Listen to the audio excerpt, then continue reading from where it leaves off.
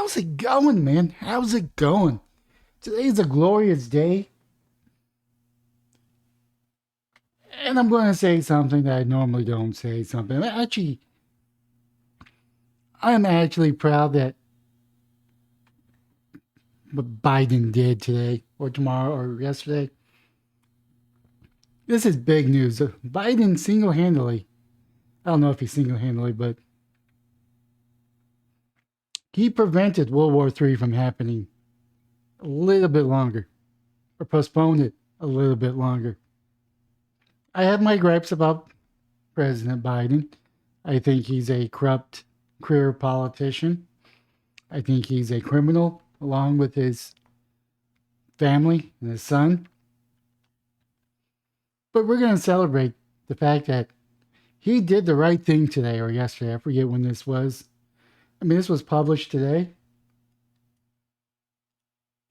So this was published today.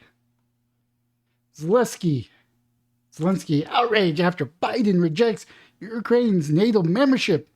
Unprecedented observed. Ukraine President Volodymyr Zelenskyy is expected to travel to NATO two-day summit, which began hosting Vilnius, Lithuanian. Go ahead and close you out. Let's hear. Ukrainian President Volodymyr Zelenskyy is not being shy about his dissatisfaction over his country currently being denied NATO membership, taking to social media to express his outrage. I'm outraged that you're taking money from our taxpayers. And it's not just our taxpayers, it's all of NATO is sending you money, arms, tanks, giving you free training. Well, not free training, but training your troops to take on Russia. Ukraine will be present at the NATO summit taking place Tuesday and Wednesday in Vilnius, Lithuania, but Zelenskyy lamented the alliance continues to keep his country from joining. The unprecedented observed when a time frame is not set neither for the invitation nor for Ukraine's membership, while at the same time vague wording about conditions is added even for inviting Ukraine. Zelenskyy said in a lengthy tweet Tuesday morning. He also said that the international alliance was disrespecting his country and was subsequently motivating Russia in the process. You got played. There's a lot of rumors, conspiracies out there saying that United States wanted this war to bring Russia into war with Ukraine, to soften them up, to teach them a lesson. And hopefully Ukraine will beat the Russians, adding another death blow to Vladimir Putin or Russia. President Biden has made it clear in a CNN interview that aired Sunday that he does not support Ukraine joining the alliance during its president's war with Russia. I agree with that 100%. Once the war is over, peace has been set in place, and there's been peace for about 2 to 5 years. Maybe they could join NATO. It's arbitrary, don't get me wrong. Biden also noted that certain issues with Ukraine's eligibility, such as lack of democratization, because he's a dictator because he suspended all elections. While he said that there should be a rational path for Ukraine to be able to qualify and be able to get into NATO, he did not go into the specifics. Let's see here. Zelenskyy said the international alliance was about respect and that Ukraine deserves respect as it seeks membership. He also claimed that by not taking steps to include Ukraine, a window of opportunity being left to bargain Ukraine's membership into NATO in negotiations with Russia. He argued provides Russia with the motivation to continue its terror. Let's see here. Open a new tab. Hopefully I can see that. We value our allies. We value our shared security. We've always appreciated open conversation.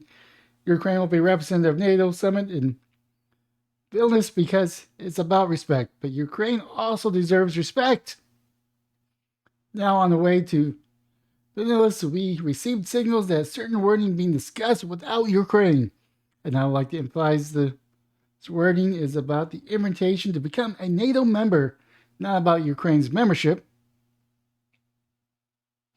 It's unprecedented and absurd when the time frame is not set, neither for the invitation nor for Ukraine's membership, while at the same time vague wording about conditions is even added for inviting Ukraine. It seems that there's no readiness neither to invite Ukraine to NATO nor to make it a member of the alliance.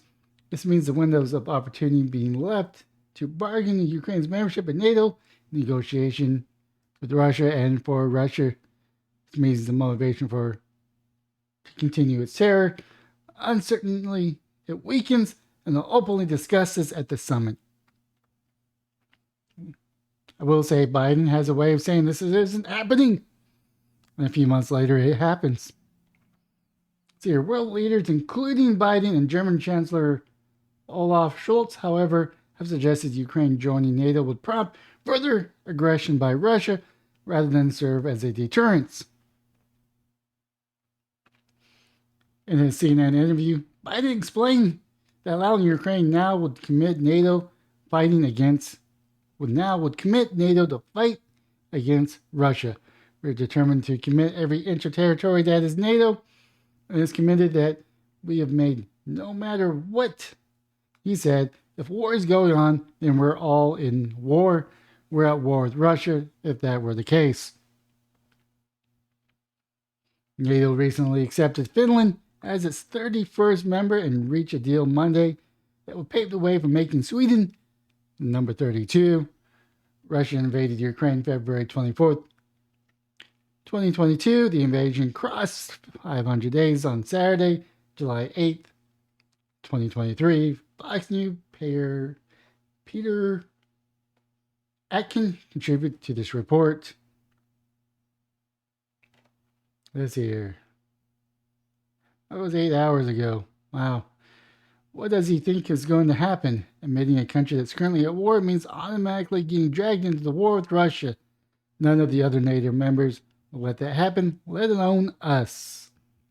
Seems like too many people are trying to run things on emotion and not taking reality into account.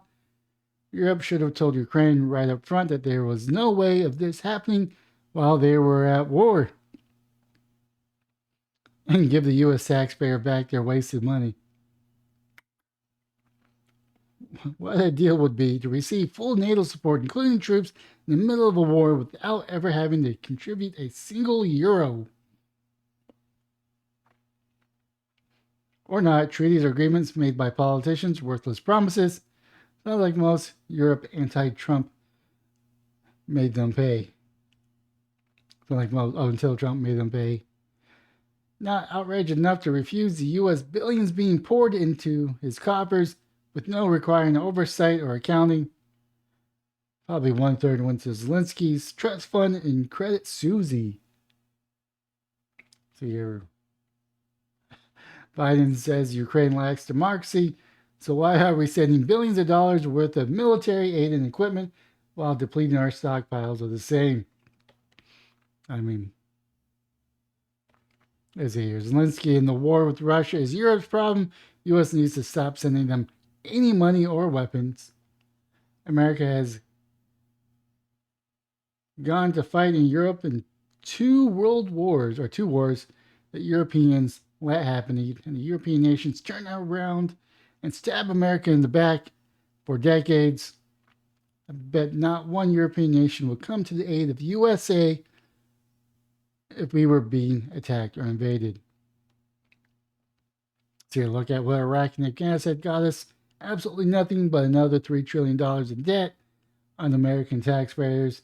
And here we're again in the same windless war that will cost us even more money to defend a country that's very corrupt democracy.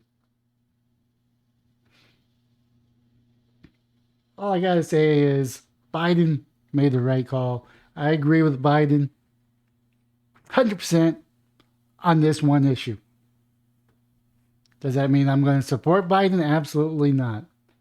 I can't wait to vote him out in 2022.